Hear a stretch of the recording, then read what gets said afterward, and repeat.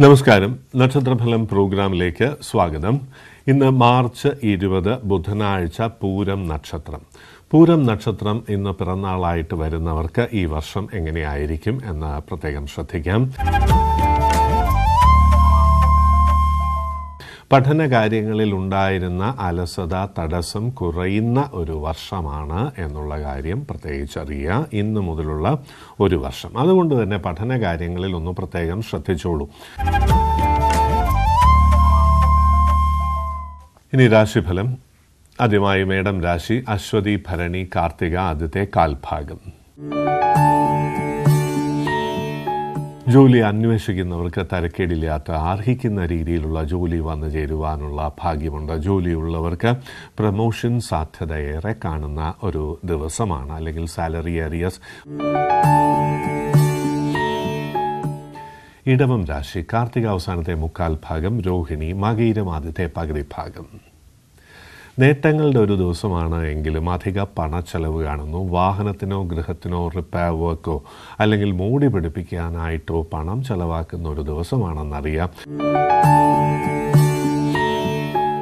മിഥുനം രാശി. മകയിര അവസാനത്തെ പകുതി ഭാഗം, തിരുവാതിര പുണർദം ആദ്യത്തെ മുക്കാൽ ഭാഗം.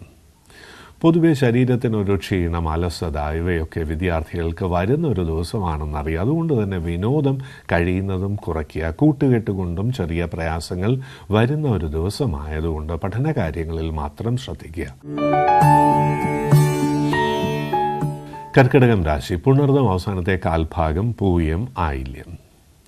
തീർത്ഥാടനത്തിനുള്ള ഭാഗ്യമുണ്ട്. ദൂരയാത്രയ്ക്കുള്ള യോഗമുണ്ട്. യാത്ര കൊണ്ട് നേട്ടങ്ങൾ വന്നു ചേരുന്ന ഒരു ദിവസമാണെന്നും അറിയുക. ചിങ്ങം രാശി. മകം പൂരം ഉത്രം ആദ്യത്തെ കാൽഭാഗം.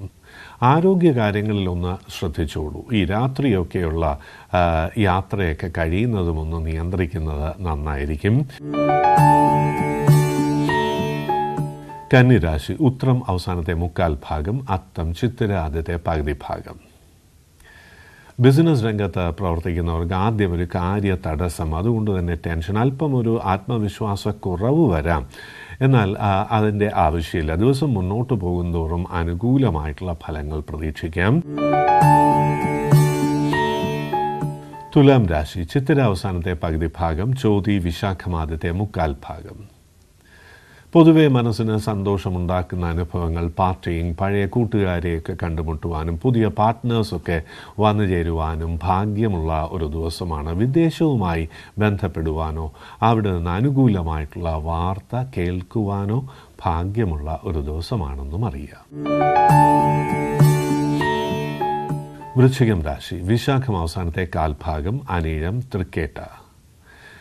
വിവാഹകാര്യങ്ങൾക്ക് തരക്കേടില്ലാത്തൊരു ദിവസമാണ്. എന്നാൽ തെറ്റായിട്ടുള്ള തീരുമാനങ്ങൾ വരാതിരിക്കുവാൻ പ്രത്യേകം ശ്രദ്ധിക്കുക. ധനുരാശി. മൂലം പൂരാടം ഉത്രാടം ആദ്യത്തെ കാൽഭാഗം. പൊതുവെ മനസ്സിന് സന്തോഷമുണ്ടാക്കുന്ന അനുഭവങ്ങൾ വരാമെങ്കിൽ തന്നെയും തീരുമാനമെടുക്കുന്നതിൽ ചെറിയ കൺഫ്യൂഷൻ, ഇത് വേണോ അത് വേണോ എന്നൊക്കെയുള്ളൊരു സംശയം വരാം എന്നുള്ളൊരു ദിവസമായതുകൊണ്ട് ബിസിനസ്സിലെ തീരുമാനങ്ങൾ, ഈ വസ്തുവുമായിട്ട് ബന്ധപ്പെട്ട തീരുമാനങ്ങൾ, പാർട്ടിഷനിലെ തീരുമാനങ്ങൾ ഒക്കെ മറ്റൊരു ദിവസത്തേക്ക് മാറ്റിവെക്കുന്നതായിരിക്കും നല്ലത്. മകരം രാശി. ഉത്രാടം അവസാനത്തെ മുക്കാൽ ഭാഗം, തിരുവോണം അവിട്ടം ആദ്യത്തെ പകുതി ഭാഗം. യാത്രയും അല്പം അലച്ചിലുമൊക്കെ കാണുന്നു. ആരോഗ്യകാര്യങ്ങളിൽ ഒരു പ്രത്യേകം ശ്രദ്ധ വേണം. കുംഭം രാശി. അവിട്ടം അവസാനത്തെ പകുതി ഭാഗം, ചതയം പുരുരുട്ടാതി ആദ്യത്തെ മുക്കാൽ ഭാഗം. ഏജൻസി ബിസിനസ്സൊക്കെ നടത്തുന്നവർക്കും ഈ കേറ്ററിങ് അങ്ങനെയുള്ള കാര്യങ്ങളൊക്കെ നടത്തുന്നവർക്കും ആദ്യം ഒരു കാര്യ തടസ്സം വരുന്നതുകൊണ്ട് മനസ്സിനല്പം പ്രയാസം വരാം. മീനം രാശി. പുരുരുട്ടാതി അവസാനത്തെ കാൽഭാഗം, ഉത്രട്ടാതി രേവതി. പൊതുവെ ആഗ്രഹങ്ങൾ സാധിക്കുന്ന ഒരു ദിവസമാണ്. വീട് പണി തരക്കേടില്ലാത്ത രീതിയിൽ മുന്നോട്ട് പോകാൻ ഒരു പൂർണ്ണത വരാനുള്ള ഒരു സാഹചര്യം ഒരുങ്ങും എന്നുള്ളതാണ്. വിവാഹ കാര്യങ്ങൾക്കും തരക്കേടില്ലാത്തൊരു ദിവസമാണെന്ന് പ്രത്യേകിച്ചറിയാം. വസ്തു വാങ്ങാൻ ആഗ്രഹിക്കുന്നവർക്ക് ലോൺ ക്രെഡിറ്റ് സൗകര്യങ്ങൾ ലഭിക്കുവാനുള്ള ഭാഗ്യവും ഇന്ന് കാണുന്നു.